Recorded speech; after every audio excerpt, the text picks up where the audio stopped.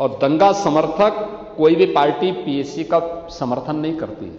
हमने फिर से उसका पुनर्गठन किया है और पुनर्गठन करने के साथ ही 3 महिला पीएससी का गठन हमारा हो चुका है, 3 और हम करने जा रहे हैं। और 3 जो महिला पीएससी की गठन किए उन किनके नाम से किया है? वीरांगना उदा देवी के नाम पे लखनऊ में, वीरांगना झलकारी देवी कोरी के नाम पे गोरखपुर में, वीरांगना अवंतीबाई लोधी के नाम पर बदायूं में ये गठित हो चुके हैं। 3 नई वाहिनियों का गठन हम लोग करने जा रहे हैं। हम भौचक हैं कि आप लोग जानते हुए भी कैसी उसकी अनदेखी करते हैं और कैसे इन चीजों की बात करते हैं। मैं भौचक था। लोकमाता अहिल्याबाई होलकर,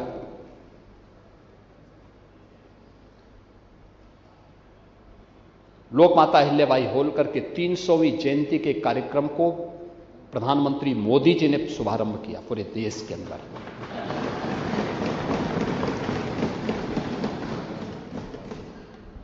काशी विश्वनाथ धाम में भव्य प्रतिमा प्रधानमंत्री मोदी जी ने लोकमाता अहिल्याबाई होलकर की लगाई। लोकमाता अहिल्याबाई होलकर की 300वीं जयंती के अवसर पर और यहां गवर्नमेंट मेडिकल कॉलेज का नामकरण लोकमाता के नाम पर हो सके, यह काम भारतीय जनता पार्टी की, ये डबल इंजन की हमारी सरकार ने किया।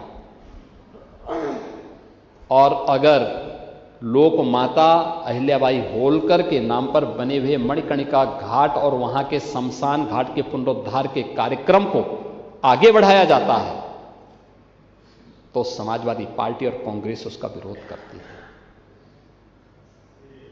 उसके नाम पर लोकमाता को अपमानित करने का काम करती है। और आपको क्या अधिकार है लोकमाता के साथ, लोकमाता के बारे में इस प्रकार की चर्चा करने का? कौन सा अधिकार समाजवादी पार्टी का? क्या राजू पाल समाज के नहीं थे? क्या उमेश पाल की जो निर्मम हत्या प्रयागराज में हुई थी, क्या वो पाल समाज के नहीं थे? उन माफियाओं को तो अपने गले का हार बना करके समाजवादी पार्टी चलती थी। और आज आप अनावश्यक रूप से एक मुद्दे को मुद्दा बना करके समाज में विद्वेष की स्थिति पैदा करना चाहते हैं। यह शोभा नहीं देती है। हमें सच बोलने की आदत डालनी चाहिए, सच स्वीकारने की भी आदत डालनी चाहिए।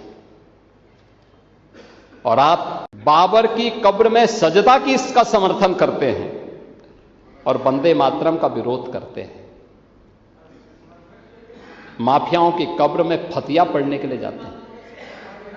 हाँ, करते हैं, कर रहे हैं। आपकी पार्टी के नेता सब बोल रहे हैं। संसद में भी देखो ना, सभी नेता बोल रहे हैं, कांग्रेस के भी और सपा के भी बोल रहे हैं, कह रहे हैं कि वंदे मातरम नहीं गाएंगे, हिंदुस्तान का खाएंगे। आपकी पार्टी के नेताओं ने कहा है, आपकी पार्टी के नेताओं ने कहा कि वंदे मातरम नहीं गाएंगे। हाँ, समाजवादी पार्टी के भी एक सांसद ने कहा है और कांग्रेस के भी एक सांसद ने कहा है।